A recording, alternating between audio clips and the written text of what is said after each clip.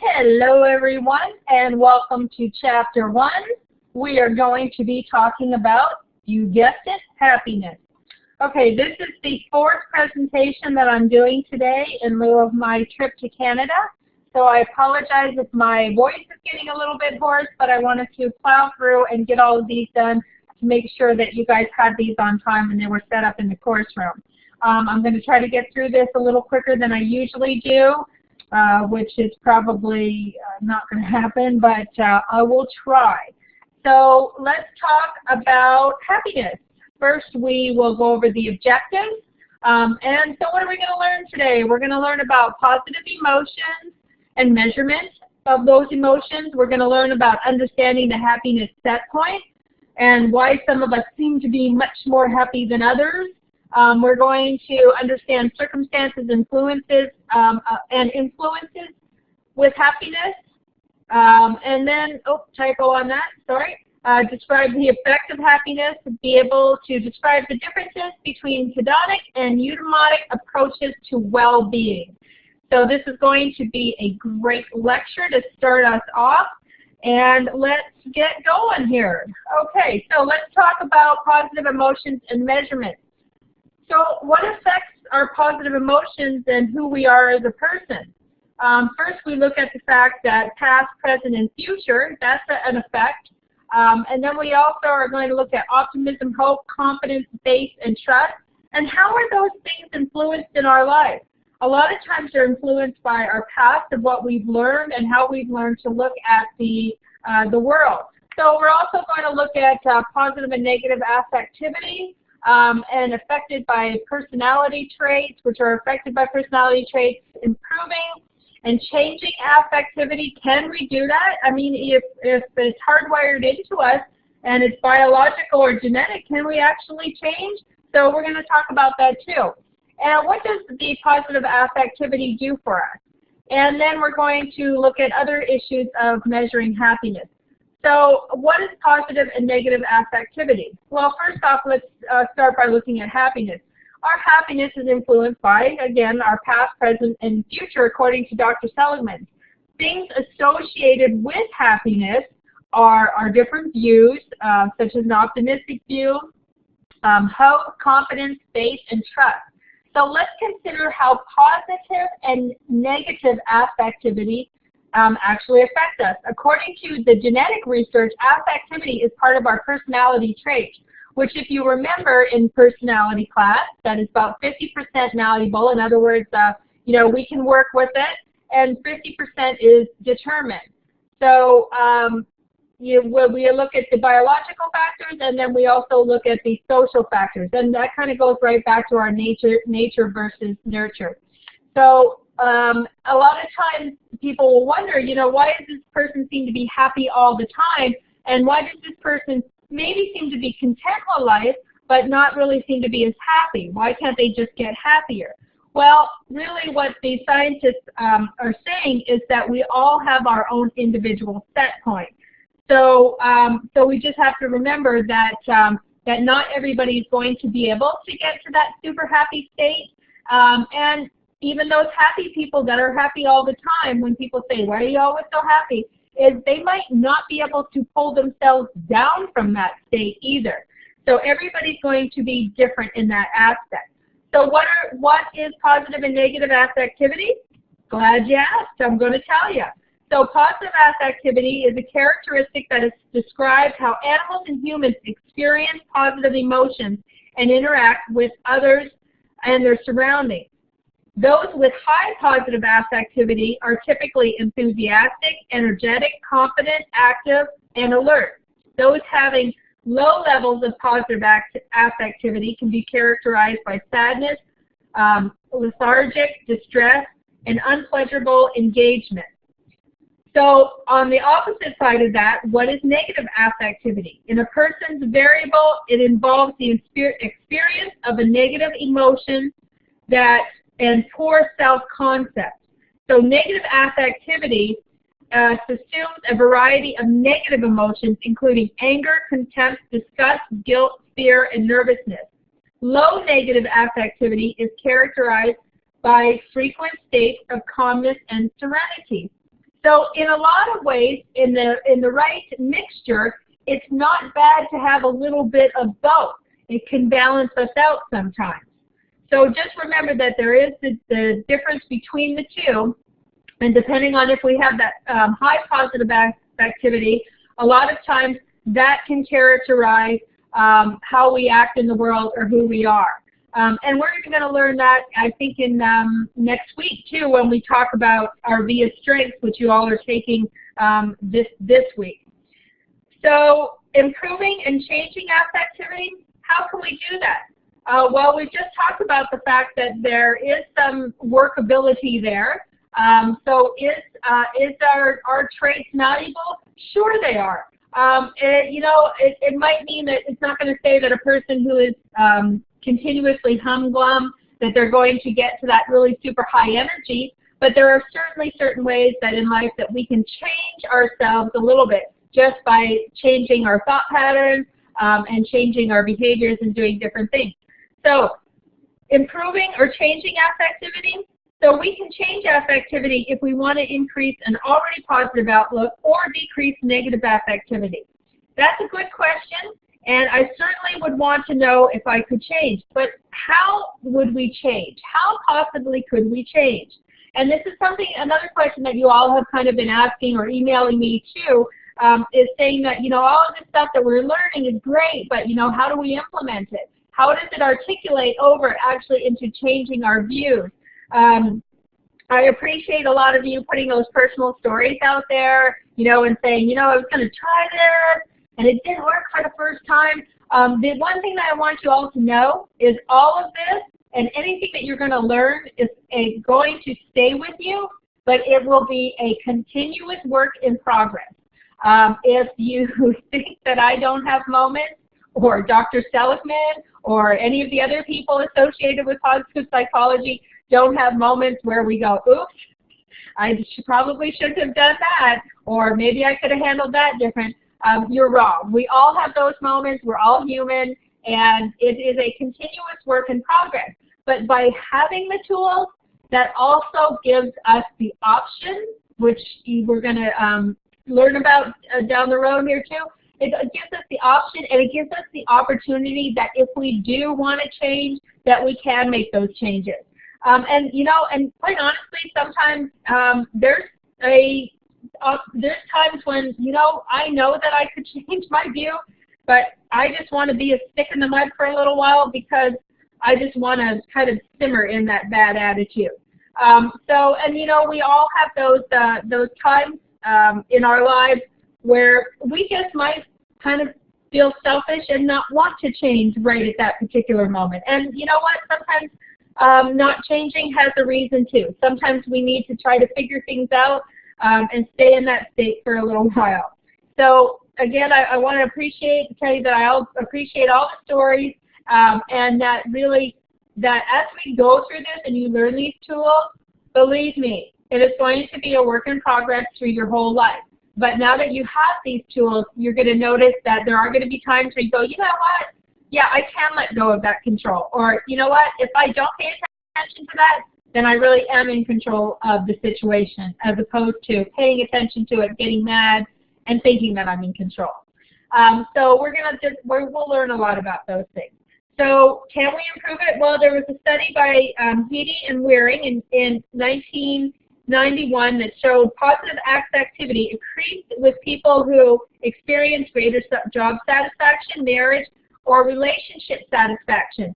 Now, some of you might say, well, I'm kind of stuck in a job that I hate, or I do love my job anyway. But there are small little things that you can do that can improve even situations that you already like. Tal Ben-Shahar did a really, really interesting talk on how to improve your work situation. And he said, even if you hate your work situation, bring into your work things that you love, things that are going to counterbalance, things that are going to change that pendulum. In other words, if it's your family and, there are pictures that you have of your family or things that remind you of them, then bring them to your workplace and have them with you and have them there. A lot of times we don't think about doing things like that. So we can change our affectivity just by putting simple things in place to help us, to support us. If you like reading a humorous story, bring a magazine that has humorous stories. There's not Garfield, but there's a couple of those other calendars that I always used to like to get when I was in the military, because it was just about a 1 minute of reading something funny and then being able to move on to doing something more serious. And I'm not a very serious person, so that really kind of meant a lot in my day. So we can change our own affectivity, relationships with other people. Even the fact of, and we're going to talk intensely about how to communicate with others that will improve our affectivity, our positive affectivity, simply by knowing how to communicate with others to make ourselves feel better. You know, don't forget, a lot of this stuff too is going to be almost like a boomerang effect. That when we improve on these things and we give out to other people, it's going to come back to us twofold. And if that's selfish or not, I don't really care. I just like the fact that a lot of times when I give something out, I get back twofold. So when we look at what does affectivity do for us, we're going to learn down the road that these types of outlooks of great life satisfaction are strongly related to human relationships and lifestyle. Another attribute of positive affectivity shows that people who have positive affectivity tend to have healthier lifestyles and engage in healthier health promotions and better coping strategies. So if we know that an individual has a higher positive affectivity, then isn't that interesting that they have more positive coping strategies also? Because one of the issues a lot of times when dealing with, for those of you that are going on to be counselors or are parents or whatever, it doesn't even matter, in relationships, is when we deal with coping strategies, is the fact that individuals don't have that toolbox to understand how to change their ways of thinking or how to change things in their life. They get stuck in that rut. For example, you know, a lot of times when we know we're getting mad, it's just like being on an elevator. And so we're at the bottom floor and somebody or something does something to kick us off, and we're like, ding, ding, ding, and the elevator door is open, and it says, you are now going up to the highest level of anger. Hop aboard. So you get on this elevator and you sit there and you think, you know, yep, I'm mad. And then you start thinking and you get even madder and madder and madder. And before you know it, you're at the penthouse. Well, what we want to do is, with our toolbox, is we want to promote this positive affectivity or support it by understanding that we can change our mind, we can change our thought patterns, and we can get off on whatever floor we want to. Sometimes I like to be a little bit mad, and then I can get off on the second or third floor. Some people like to go up to the 8th and just say, okay, now I'm done. But the fact is that by knowing how we can change our thoughts and how we can support ourselves to be happy is very important. So issues with measuring happiness. So we're gonna, and actually you're taking the VIA Strength survey this week. But happiness inventories give a general look into a person's happiness. While we can measure a snapshot of happiness, it can't really determine a person's overall happiness in life. Last week you took the happiness inventory, and regardless of whatever score you got, I can guarantee you 2 weeks later you can turn around and take that same test, and it'll be a little bit different. If something fantastic happens in your life, guess what? Your score is going to shoot up. So a lot of times it relates to exactly what's going on in our life. So a longitudinal type of study would have to be accomplished to find out overall happiness. Now these types of studies have been done, and actually your book does talk about that, and looking across cultures, where it says that as individuals get older, they become more agreeable, and that's on the big 5 traits that we're actually going to learn about next week too. So the other issue that we discussed in week 1 is that depending on your perspective in life, we don't all have the same the bar setting for happiness. And so, you know, it was a really great discussion that we had in week 1, because it really kind of looked at There are things that we could pull from both societies that are positive. That really, it was kind of like measuring apples and oranges because the societies were so different, because their perspectives were so different.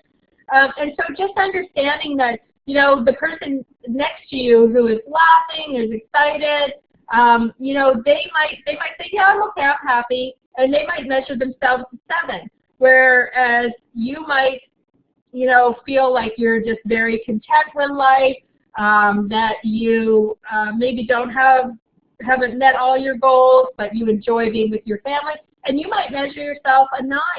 So we all have a different perspective. So someone might be a thrill seeker, and other of us just might be quiet and content. Again, happiness is a very, very subjective evaluation for each one of us.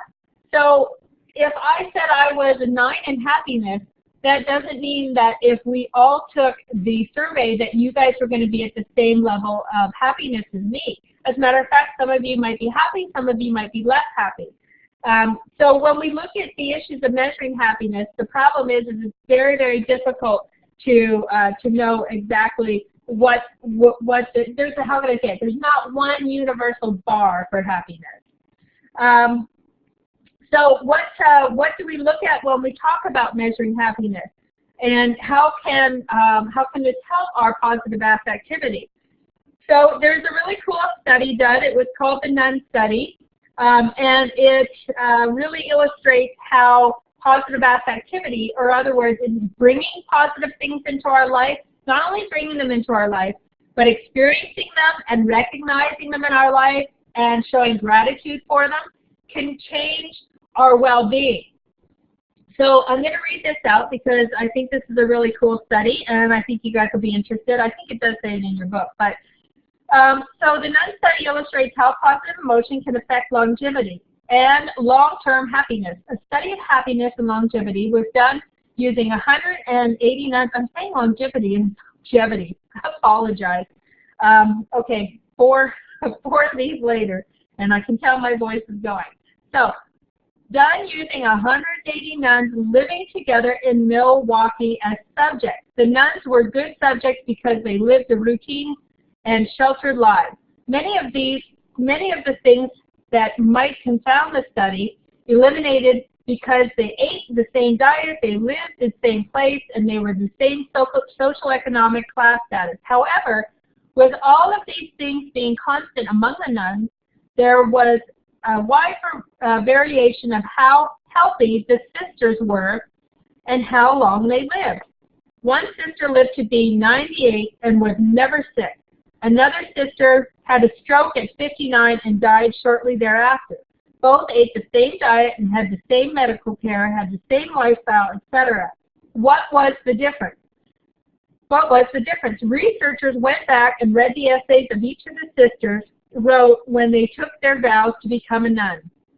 They found a strong and surprising difference between the essays of the 2 nuns described above. One sister used the words very happy, eager joy, among other positive terms in her essays. The other sister in her essays expressed no positive emotion. When the researchers started to read all the essays and quantify the amount of positive feeling, it was discovered that 90% of the most cheerful quarter of the nuns was still alive at age 85, while only 34% of the least cheerful quarter of the nuns was alive at age 54.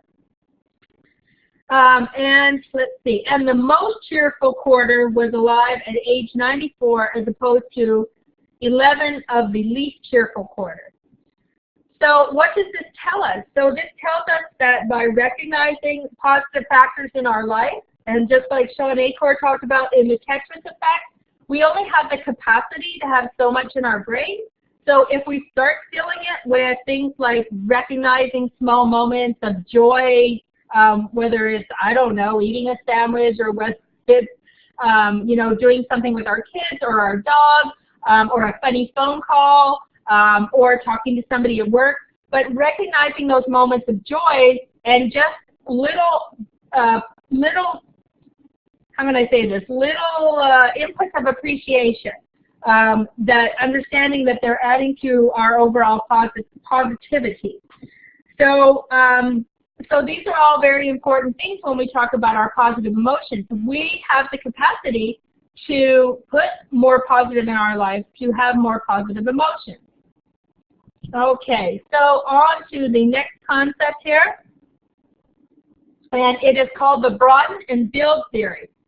And so right here, one of our questions is, the broaden and build theory combines what three elements? And the second question, who developed it? Well, Barbara Fredrickson was the individual that developed this theory. And if you look down at the bottom, it's basically based on emotional cognition and action. So that really kind of talks a little bit about what we learned from Dr. Seligman of looking at the emotional, the cognition, and affect. And so you can see, again, these inputs in positive psychology are really kind of revolving around looking at the internal person, what they're thinking, what's going on with them, and what they're doing. Excuse me, I've got to get something to drink. So let's talk about the broaden and build theory, so you guys can have a good example of that. The broaden and build theory of positive emotion describes short-term effects of positive emotions on attention, cognition, motivation, psychological responses, as describes how these transient effects produce long-term changes in individuals' personal resources. For example, so this kind of sounds like it's going back to the Nun theory, that when we recognize these sort of things and we start building on them and we amass these huge amounts of positive, whether it be memories or whether it be in our toolkits of things that we can do, that we are able to change our personal perspective. So these are resources for us. For example, imagine a person whose day involves a passing moment of joy or amusement. Subsequently, he or she will be more optimistic and expansive, perhaps more usually friendly towards an acquaintance or a friend, or taking an interest in a usually ignored topic. If done frequently, he or she may develop new friendships or an area of expertise, which will be both enjoyable and practically valuable in the future. The broaden and build theory describes scenarios like these based on three empirical support premises. One is positive emotion, broad range thought and action, which people are inclined. And we already talked about that we are more hardwired to be positive than to be negative. This broadened repertoire of thoughts and actions helps build and endure resources. And number three, positive emotion evolved to help build resources rather than focusing exclusively on immediate concerns. The first and the second premise describe a causal link. Positive emotion precede and give rise to growth resources. The third premise offers a framework to help explain why positive emotion leads to broadening and why broadening helps people build resources. So that kind of sounds a little bit difficult to understand, a lot of words there. But so let's break this down. Let's say if what did I put? Oh, we were talking about the racks, racking up those racks in the course room, and what I have noticed is that when somebody does something nice, then a lot of times people will come over and they will help out, or they will then go on to do something nice. And there's a story that talks about paying it forward, and there's a movie out by that, but the quick story is that there was a gentleman who was well-to-do, very well off, and he was driving into the city to work. And he left his wallet on the table at home. So as he's driving in, he was about 10 miles from the city, and his gas light went off. So he pulled into this little garage gas station to fill up, and as soon as he got out of the car, he realizes he didn't have his wallet. So he realized he didn't have his wallet, and he was a little bit upset, and so the tenant came out and asked him what was wrong. And he said, I've left my wallet at home. And of course, you know, the gentleman could see that he was well-to-do, and he was driving a Mercedes, a very nice car. And so the elderly gentleman, the tenant, pulled out $5, and he says, I'm going to put $5 in the till, and he says, go and gas up, it'll get you into the city. And so the gentleman says, well, I don't have any money, I can stop tomorrow. And the guy says, no, you don't need to pay me back, that's fine. He's like, you know, that's fine. So on his way into the city, and he was thinking, wow, that was really nice of what that guy did for me, of just giving me the $5. People don't usually do that. He noticed a car broke down with a flat tire. It was on the side of the road, and there was an elderly gentleman out trying to change the tire. So he pulled over, and he helped the elder gentleman change the tire. When he got to work later, he thought, you know, I wonder if I would have done that good deed had the other person not done that, or done a good deed for me. And so a lot of times what happens is when we have these really good experiences, we remember them, and they're meaningful, they become meaningful to us. And so we put them into our toolbox, and we have them to build upon later. Okay, another one, let's see, what did we're going on to the next slide. Okay, slide 6 out of 12, here we go, happiness set point. So according to, any questions? Questions we do. Okay, what mainly determines set point? Well, I'm glad you asked. We are going to talk about that. According to Sonia Lyubomirsky, you have a happiness set point. It's partly encoded in your genes, so remember that. Okay, it's partly genetic, but we can change some of that too. So if something good happens, your sense of happiness rises. If something bad happens, it falls. But either way, before too long, your mood will creep back to a set point because of a really powerful and I can't read what I have here. I apologize. Because of a phenomenon called the hedonic adaptation, and we're going to learn a little bit about what that means too. So, you know, people, they're just used to getting things. In 1978, a team of psychologists from Northwestern University and University of Massachusetts published this in the Personality and Social Psychology study. They found that lottery winners who were not significantly happier than the control group participants, and that patients with spinal cord injuries did not appear nearly as unhappy as might be expected. And I think you guys are going to see this on one of your videos. I think I added this in because this is really interesting. So ever since then, many psychological and social sciences circles have taken it for granted that people return to a relatively stable happiness set point even after seemingly life-changing events. So what does that mean? So if we look at lifestyles and then going back to our happiness set point, does that mean that we are totally hardwired? Well, there's a story of the professors where there was a large group of them who were up for promotion, up for tenure. And so what they did was they took their set points, their happiness set points before they even went in and were going up for tenure, and they interviewed them. And then after they got tenure, whichever ones got tenure, they went back in and they interviewed them 6 months after. Well, immediately after, and of course they noticed the spike in happiness. And most of them indicated, the ones that were already happy before they got the tenure, they thought that the tenure would be good, you know, because they wanted to stay at the university, they liked the university, et cetera, et cetera. The ones that really weren't, didn't have a high positive affectivity, they were, you know, they wanted the job because it was going to do something for their career, it was going to boost their career, and they were going to become happier. So after, then they re-interviewed them, and the positive levels for both groups went up. And so then they went back 6 months later and they re-interviewed. And what they noticed was that the set points for both of the groups went back to where they were before they got the promotions or before they made tenure. So that's kind of significant in telling us that sometimes if we adapt to those changes.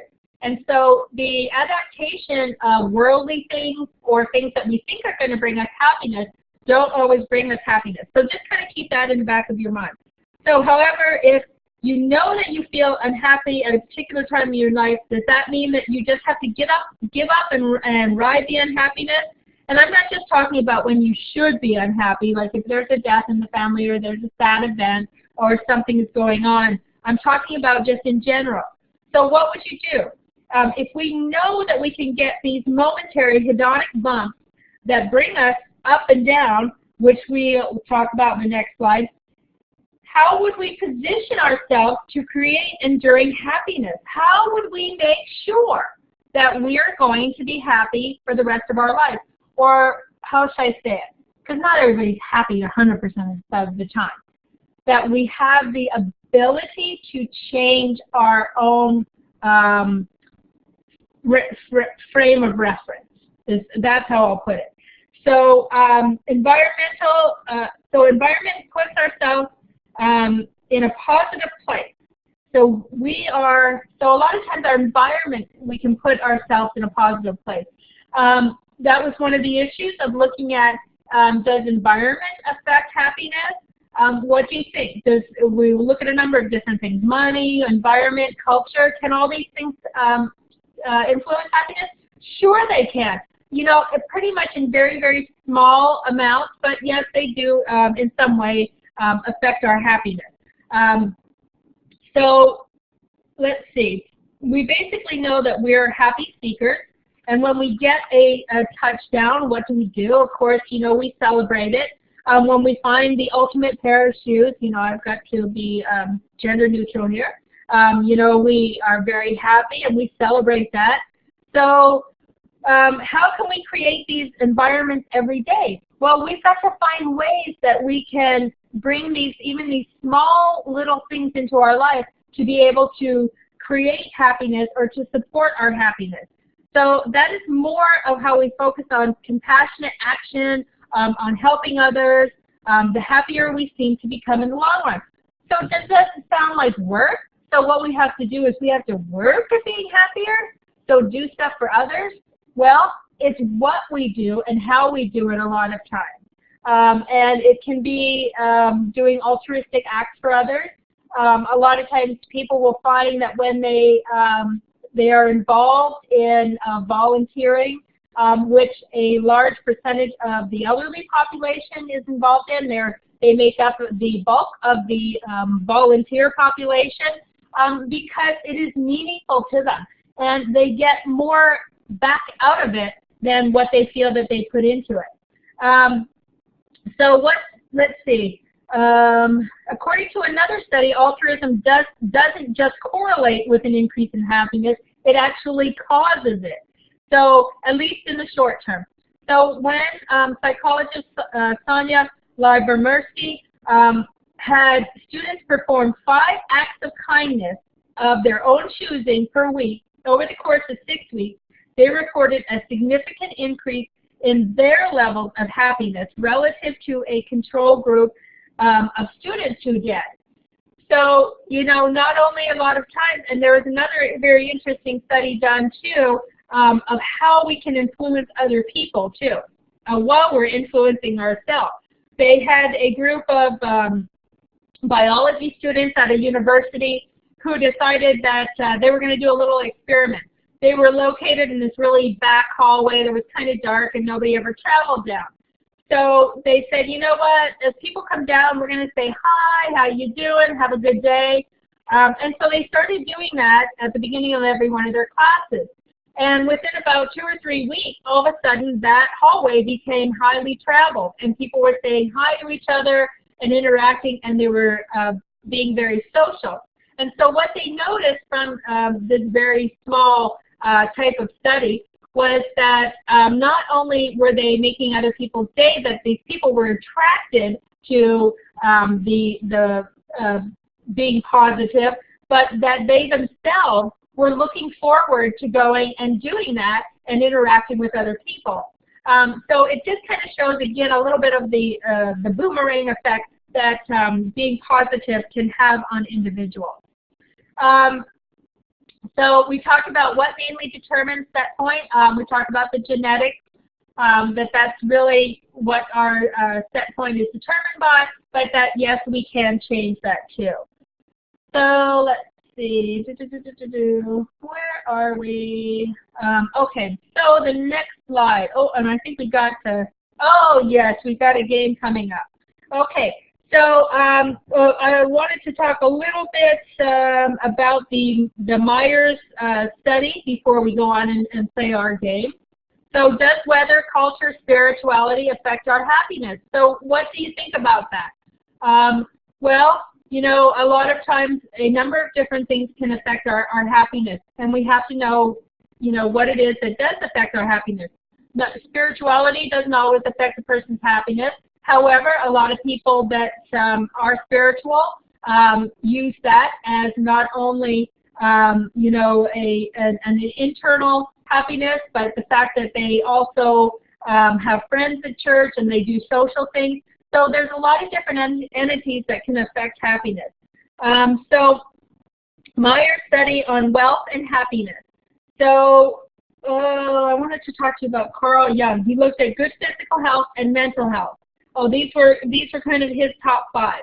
Good physical health and mental health, good personal and intimate relationships, such as those in marriage, family, and friendship. Doesn't have to be all of them. The faculty for perceiving beauty in art and nature. So it could be visual things, it could be tactile, reasonable standards for living, and satisfactory work. And a philosophical or a religious point of view capable of coping successfully in life. So there's another one here. Let's see. I'm not sure if I'm going to talk about that because I'm kind of, my voice is going. So, and I want to play this game anyway. So games are much more fun than lectures. Okay. So let's play a game and let's look at wealth. So do we think that wealth can bring us happiness? So a lot of you are probably saying, well, you know, I'm in positive psychology, so I'm probably supposed to say no. Well, there's 4 different types of people. There are those who are rich and are happy, those who are rich and are unhappy, those who are poor and are happy, and those who are poor and are unhappy. So what does that tell us?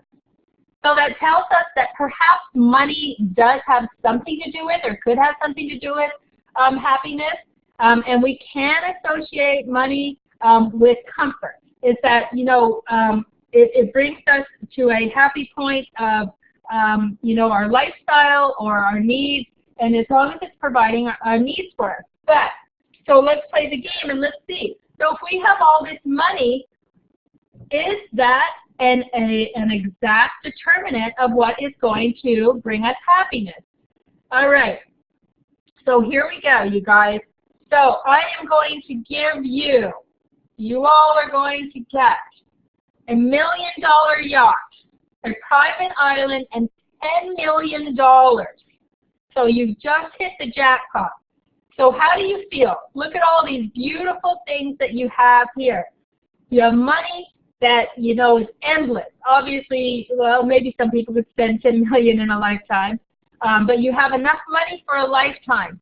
You have this beautiful, beautiful island that you can live on that's tropical, 85 every day, and you have a beautiful yacht that you can sail around the world in. So will you take this? Will you take this? Is this going to bring you happiness? Do you think this will bring you happiness? So I don't know about you, but, you know, my whole thoughts was that, yes, it probably would bring me happiness. So let me mention, there's going to be one catch to this. The only catch to it is that you have to go to the island with all of your money and your yacht. Now you can travel around the water in your yacht, but the catch is you are not allowed to speak to another person or have human contact and communication physically in any way for the rest of your life.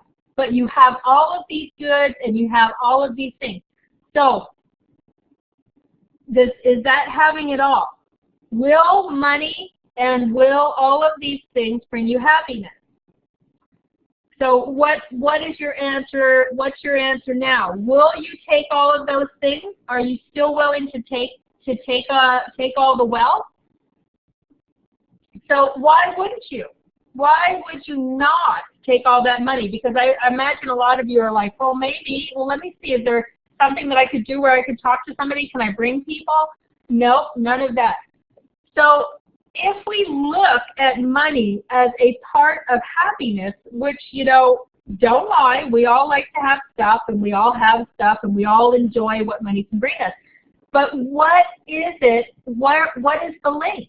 The true link is that when we look at money and wealth and happiness, we look at that as what it bridges over into. For example, if you get a new car, or a new motorcycle, or whatever, anything new, do you take it home and put it in the garage? Or let's say if you get a new car, what's one of the things you do right away? You get on the phone and you call somebody. You call your best friend. Hey, let's go for a drive. Hey, let's go have some fun. Hey, I just got a new motorcycle. I got a new boat. Let's go to the beach. I got a new surfboard. Oh, we got to go try it out. You might go try it out by yourself, but eventually you will want to have those people around you. So when we look at money as far as the factor for happiness, it's not necessarily the money that's bringing us happiness, it's what it can bridge to. So when we talk about happiness and the different environments or the things that impact us, we have to look at exactly what it is that money is doing for us. Okay, so fun game. And let's go on to the next slide. I am so losing my voice here.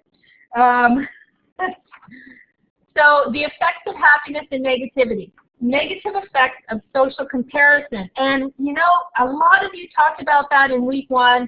And that was so great because it was such a great segue into, you know, what we're looking at this week. Do humans more attentive, another spelling error, more attentive to negative or positive events in life? Do they pay more attention to negative or positive events in their life? Well, here's the real issue with the positive and negative, and this is another tool for your toolkit. Start recognizing those positives. That's it. Start recognizing those positive things you have in your life. You get up in the morning, do a gratitude day. Everything you do, every step, be appreciative for it. Oh my gosh, I'm so happy I have coffee. Oh my gosh, I'm so happy that it's Starbucks coffee. Oh my gosh, I'm so glad I have $2 left over from the Starbucks coffee that I have. Oh my gosh, I get to ride the bus to work. I don't have to walk today. When you start recognizing those things, then what you're doing is you're starting to swing that pendulum.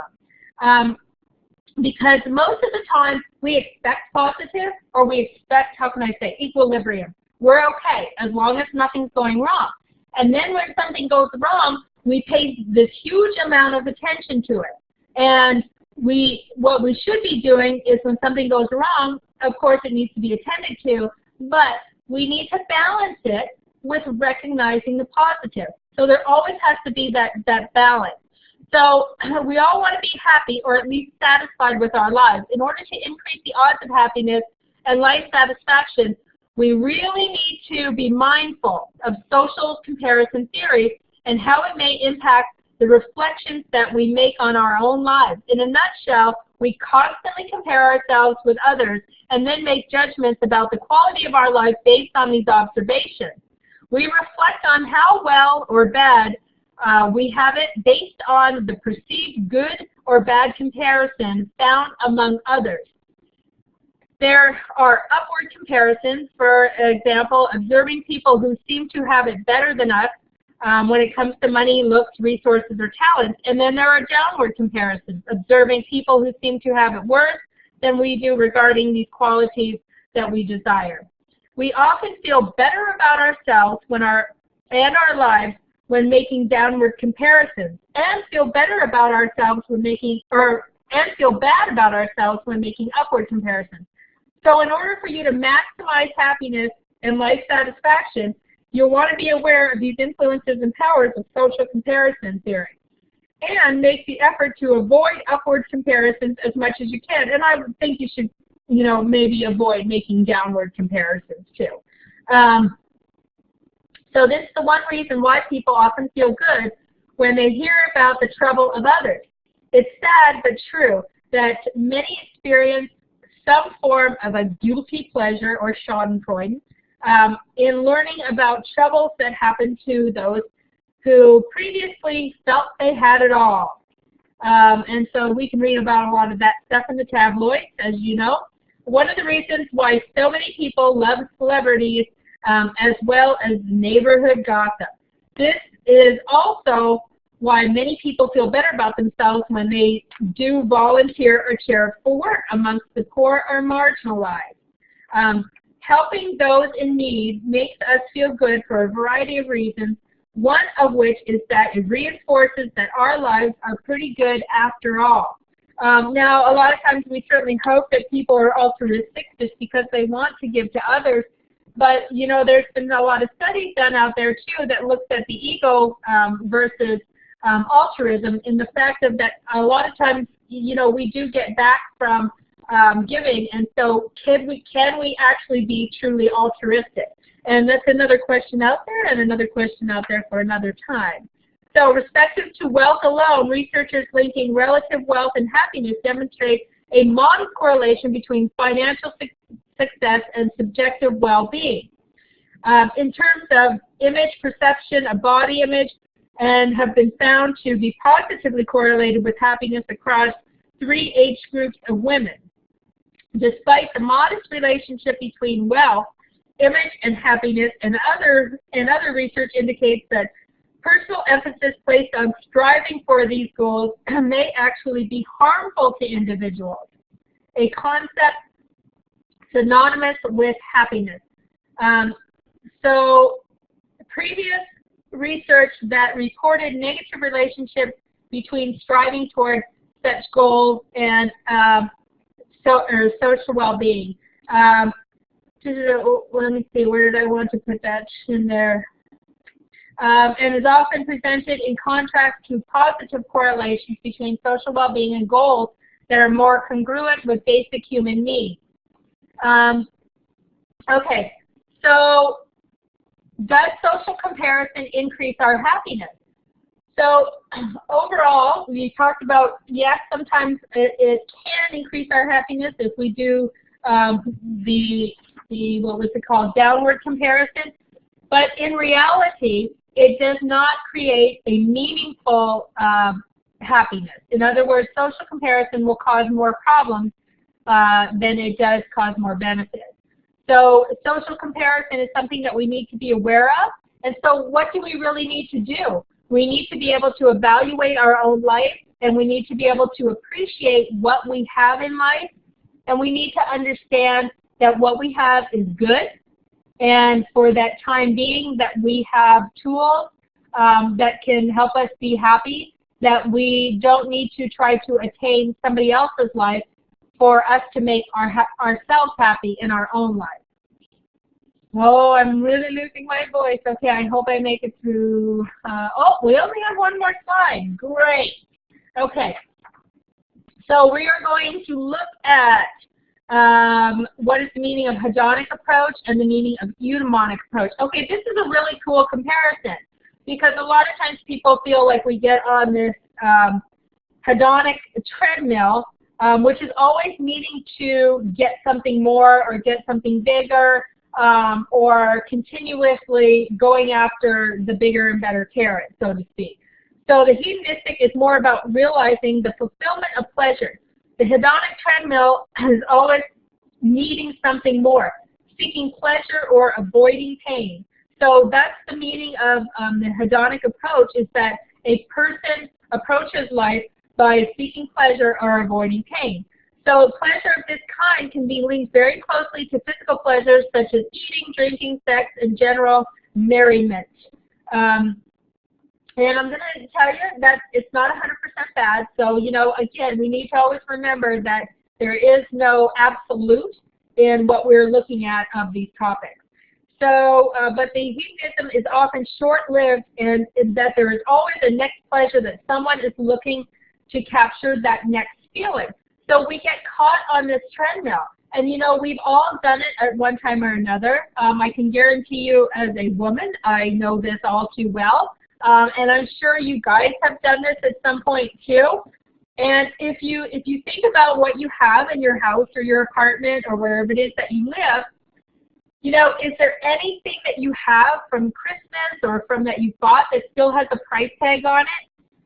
So probably, I would imagine that about 90% of us, and a couple of you are probably there smiling right now, because I know I can think of about 3 or 4 things that have been sitting in my closet that have price tags on them from at least 4 or 5 or 6 months ago.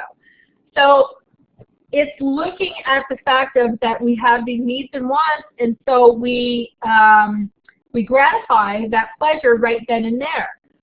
But it doesn't become long-term meaningful. And so then we go on and we buy something else, something bigger and better that we want. So that's the hedonistic approach to looking at life. And so let's look at the comparison of the eudaimotic approach to life, which is a higher form of pleasure. So this is what Dr. Seligman talks about wanting people to get people to, is that yes, we can have stuff in life. We all have stuff. Don't worry about your stuff. Your stuff is safe. You don't have to give it up. But we can still get to a higher level of pleasure. So it's a pleasure, but I believe that it's a very different sort of pleasure, because it encompasses more than just a physical fulfillment of pleasure. It is the ultimate fulfillment of the human being and of existence. And you know what? You all are probably saying, well, that sounds like Maslow's theory. You know, I have to self-actualize. It's going to take me years. You know, I'm really going to have to work on this. But that is absolutely not it at all. So I'm going to give you a scenario. And then I want you guys to try this, you know, whenever you're out, because it doesn't take much except just a change of mindset and just being a little bit mindful. So let me just give you an example, and this is a real good one. Let's say if you're invited out to dinner, which we've all gone out to dinner with friends and family, and you know, you go to a restaurant and you get a really great meal, and it's really yummy, and you eat it, and you're looking at your watch, because you know that Revenge is about to start, and so you want to go home and you want to watch Revenge. But you know, it was good.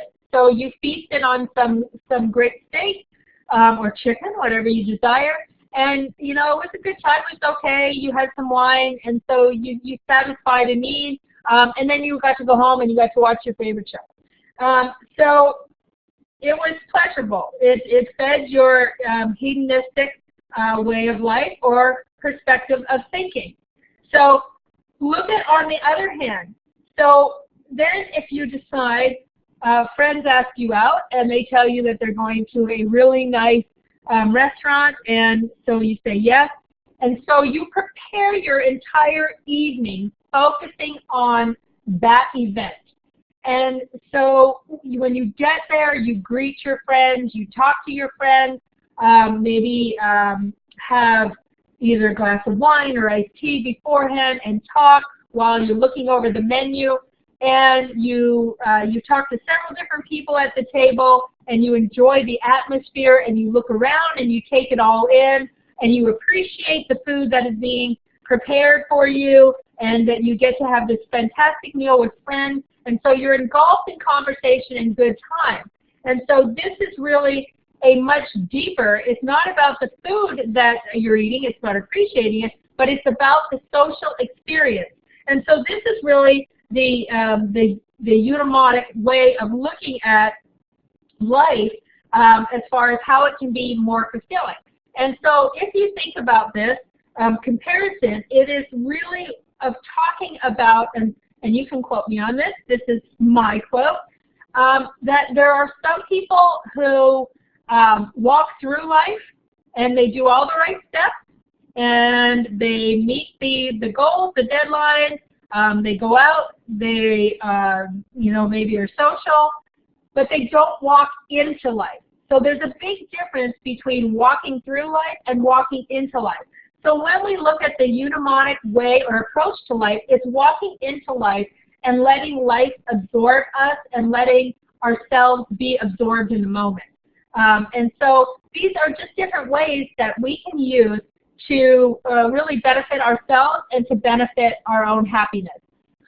Okay, with that being said, I think we are done with this one. Again, I am made these up right before I went to Canada, so I hope that we have a great discussion this week, and I look forward to being in the think tank with you all. So have a great week, and I'll be seeing you, or cyber seeing you.